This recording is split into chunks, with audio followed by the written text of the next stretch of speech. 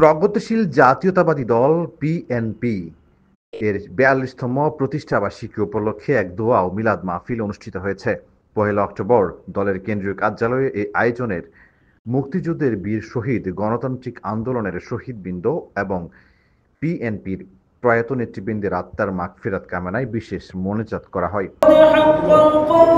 অনুষ্ঠানে উপস্থিত ছিলেন দলের সহসভাপতি ইয়াসিন হাবিব, প্রেসিডিয়াম সদস্য সালাম উদ্দিন ঠাকুর, ভাইস চেয়ারম্যান নার্গিস আক্তার জলি, মহাসচিব লায়ন আলহাজ আহমেদুর রহমান এবং দলের চেয়ারম্যান ফিরোজ মোহাম্মদ লিটন।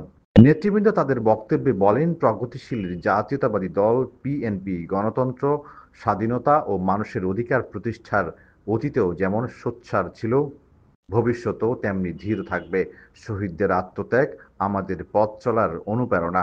দোয়া মাহফিলে দলের অন্যান্য নেতাকর্মী, সমর্থক ও সাধারণ জনগণ অংশগ্রহণ করেন। আমার আজকের টপিক ছিল মুক্তিযুদ্ধের শহীদ ও গণতান্ত্রিক আন্দোলনে শহীদ, সকল শহীদ এবং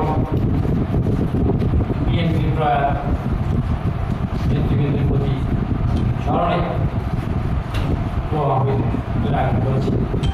এখানে বেশি বক্তব্য দেওয়ার কিছু নেই, কারণ আজ আমরা দোয়া করেছি আল্লাহ রাব্বুল আলামিনের কাছে তিনি যেন সকল শহীদদের বিনা হিসাবে বেহেশতে পারেন। আপনারা জানেন 1971 সালে যে মহান মুক্তিযুদ্ধের মাধ্যমে একটি স্বাধীন সার্বভৌমত্ব দেশ পতাকা মানচিত্র আমরা পেয়েছি, তার জন্য আমাদের দেশ ব্যাপক প্রাণ দিতে হয়েছে। সেই প্রাণের বিনিময়ে আজ একটি স্বাধীন সার্বভৌম দেশ আমরা পেয়েছি।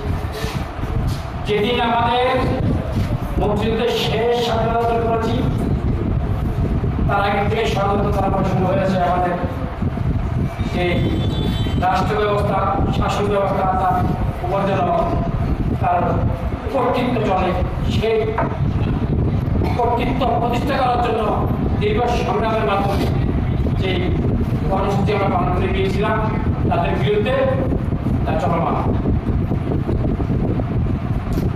তারপর অনেক সরকার এসেছে, আপনি দেখেছেন দীর্ঘ 53 বছরের যে বাংলাদেশ, বহু সরকার পরিবর্তন হয়েছে, অনেক দুর্নীতিবাদের ভাগ্যের পরিবর্তন হয়েছে, বিদেশের মানুষের ভাগ্যের পরিবর্তন।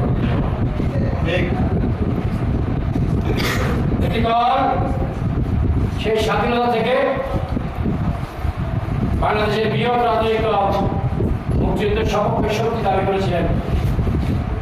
তাদের হাতে যে গণতন্ত্র হত্যা হলো, তাদের হাতে যে সাংবাদিক হত্যা হলো, তাদের হাতে যে মায়ের পেটে সন্তান হত্যা হলো, তার বিরুদ্ধে দৌড়বার গণ আন্দোলনের মাধ্যমে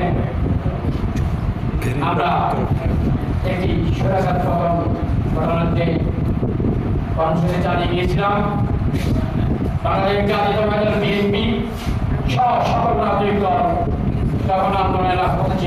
আমাদের পাশে থাকবেন, আমাদেরকে সাপোর্ট করবেন।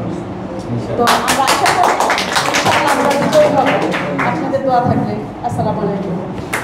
মোহাম্মদ আব্দুল মোতালেবের পাঠানো তথ্য ভিডিও চিত্রে PIB ৭১ টিভি।